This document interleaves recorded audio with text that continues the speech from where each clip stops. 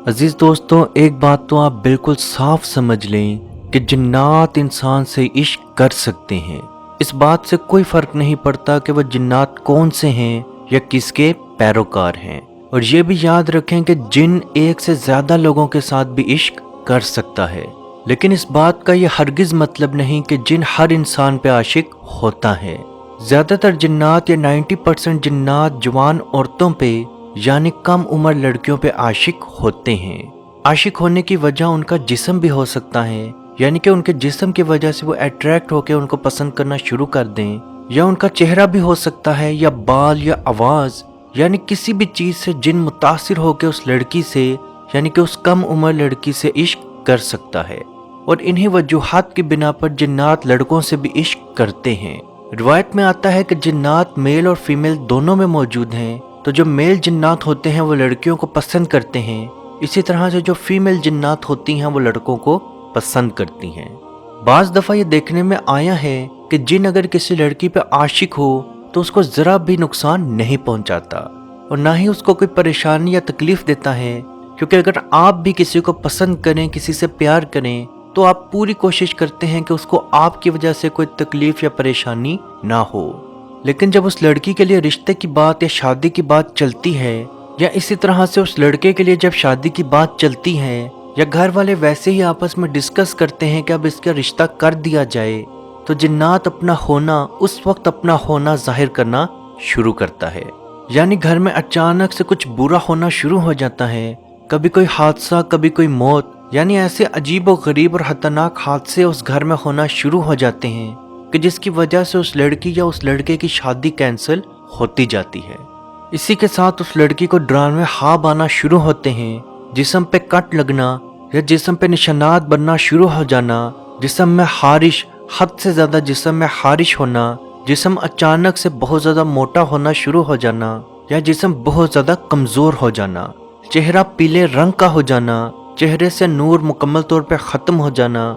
इसके अलावा भी आशिक जिन्नात की और बहुत सारी अलामात हैं, जिनमें खतरनाक बीमारी का, एकदम से खतरनाक बीमारी का शुरू हो जाना, मिर्गी के दौरे आम हो जाना, सांस लेने में बहुत ज़्यादा तकलीफ का एहसास होना, जिस्म के किसी हिस्से से या पूरे जिस्म से बदबू का आना शुरू हो जाना, या ऐसी बीमारी में मुब्तला हो जाना जिसका इलाज अभी तक ना बना हो। मौलाना अब्दुल सलाम फरमाते हैं, मेरे पास एक लड़की का वालिद आया और उसने अपनी बेटी की हालत यूं बयान की कि मेरी बेटी एक बहुत खतरनाक हादसे से गुजरी है और 2 माह से बेहोश पड़ी है। अब वो सुन तो लेती है लेकिन बोल नहीं सकती, उसका जिस्म का कोई भी हिस्सा हरकत नहीं कर सकता और ना ही वो कुछ भी खाने के लायक है और फलां हॉस्पिटल में इस वक्त पड़ी है, जहां डॉक्टरों ने उसे नींद की गोलियां खिलाकर सुला दिया है। और एक डॉक्टर ने मुझे बताया कि उस बच्ची के तमाम टेस्ट बिल्कुल क्लियर हैं, लेकिन उन्हें समझ नहीं आ रही कि इसको क्या हुआ है। अलबत्ता उन्होंने आर्जी सांस उस बच्ची को लगा दी है ताकि अपनी जिंदगी के बाकी दिन वो गुजार सके। मौलाना अब्दुल सलाम फरमाते हैं कि जब मैंने ये वाकया सुना तो मैं फौरन ही उसके पास चलने के लिए तैयार हो गया। उस बच्ची के वालिद ने अस्पताल से खसूसी तौर पर मेरे लिए इजाजत ली। जब मैं हॉस्पिटल में एंटर हुआ, उस बच्ची के पास पहुंचा तो वाकयातन उसकी हालत वैसी ही थी जैसे उसके वालिद ने बयान की। मैंने उस बच्ची से कुछ अलामात के बारे में सवालात किए, जादू की अलामात के बारे में सवालात किए तो उस बच्ची ने नफी में सर हिला दिया। तो मुझे मालूम हुआ कि उस बच्ची के ऊपर जादू का असर नहीं है। इसी दौरान मगरिब के नमाज का वक्त हो गया। मैंने नमाज अदा की और नमाज अदा करने के बाद जब मैं दोबारा उस बच्ची के पास आया तो मैंने उस पर दम करना शुरू कर दिया और दम में मैंने खसूसी तौर पर दम में सूरह फलक को बार बार पढ़ना शुरू कर दिया। वो लड़की अल्लाह के फजलो करम से उसी जगह पे बोलना शुरू हो गई। उसका बाप और भाई खुशी के मारे रोना शुरू हो गए। उसके बाप ने मेरे सर पे बोसा दिया और मुझे उठा लिया, लेकिन मैंने उन लोगों को यह समझा दिया कि शिफा देने वाली जात सिर्फ और सिर्फ अल्लाह पाक की है और जब चाहे, जिधर चाहे, जहां चाहे, जिसे चाहे शिफा दे सकता है। तो अजीज दोस्तों, इस बात से भी ये चीज पता चलती है कि जिन्नात का असर आपको इंतहाई खतरनाक बीमारी तक मुब्तला कर सकता है। अब जिस भी इंसान के ऊपर आशिक जिन की अलामात मौजूद हों तो वो इंतहाई परेशानी के आलम में इधर उधर भटकना शुरू कर देता है और बाज दफा ऐसे 2 नंबर जादूगरों के पास पहुंच जाता है जिनको अल्लाह का इल्म तो नहीं आता, लेकिन उसकी बीमारी को 4% से 100% तक बढ़ा देते हैं। یاد رکھیں اللہ پاک نے ایسی کوئی بیماری، ایسی کوئی تکلیف، ایسی کوئی پریشانی اس دنیا میں نازل نہیں کی جس کا علاج قرآن میں نہ ہو۔ عاشق جن کا علاج راتوں رات نہیں ہوتا، اس کے علاج میں کم از کم 1 ماہ سے لے کے 6 ماہ تک کا ٹائم لگ سکتا ہے، اور اس کا علاج آپ جو بھی شروع کریں آپ نے وہی علاج 6 ماہ تک کرنا ہے۔ یہ بالکل نہیں کرنا کہ 1 ماہ تک یا 1 ہفتے تک یا 4 دن تک کچھ علاج کیا، اب فرق تو ظاہر نہیں ہو رہا تو اس عمل کو چھوڑ دو، بلکہ آپ نے 6 ماہ تک ریگولر 6 ماہ تک یہ عمل کرنا ہے۔ یہ عمل وہ انسان بھی کر سکتا ہے جو قرآن کا پڑھا لکھا نہیں ہے، وہ بھی یہ عمل کر سکتا ہے جو قرآن سیکھا ہوا ہے۔ آپ نے 6 ماہ تک لگاتار 6 ماہ تک ہر روز سورہ بقرہ کی تلاوت کرنی ہے، بے شک وہ 1 پیج، 4 پیج، 20 پیج، جہاں تک ہو سکے آپ نے سورہ بقرہ کی تلاوت ضرور کرنی ہے۔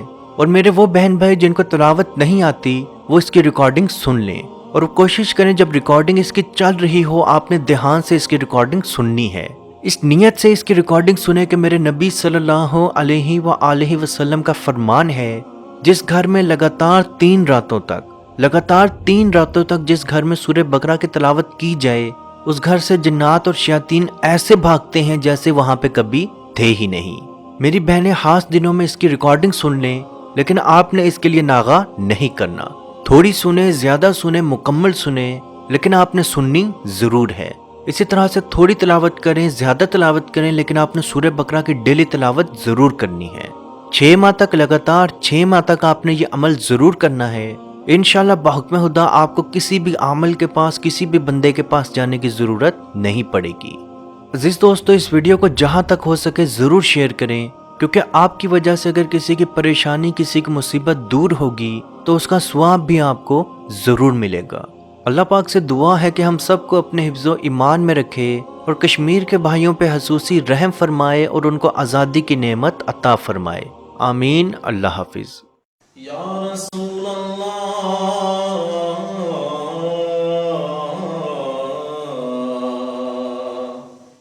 انظر حالنا، یا حبیب اللہ اسمع قالنا، اننی فی بحر غم مغرق حز یدی سہل لنا اشقالنا۔ اے مالک و مولا کریم آقا صلی اللہ تعالی علیہ وسلم کے توسل کے ساتھ، اے مالک ہمارے اٹھے ہوئے ان گندے ہاتھوں کی طرف نہ دیکھ، مالک اپنا رحم اور اپنا کرم فرما، مقبوضہ کشمیر کے مسلمانوں کو آزادی کی نعمت سے مالا مال فرما۔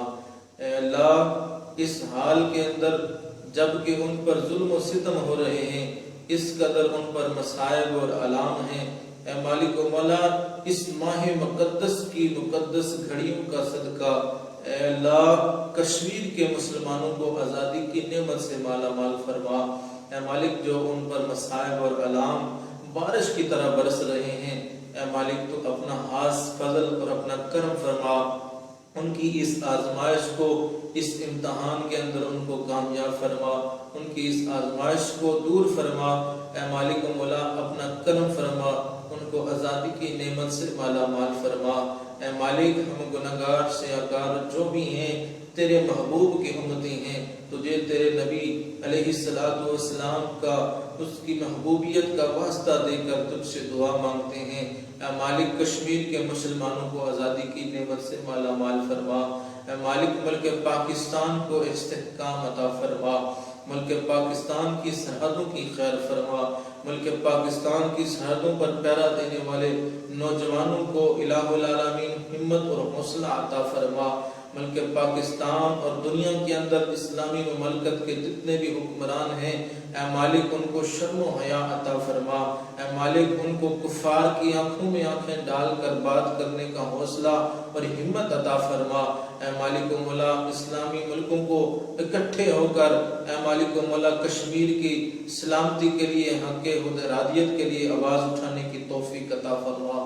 اللہم ربنا تقبل منا انکا انت السمیع العلیم وتب علینا یا مولانا انکا انت التواب الرحیم۔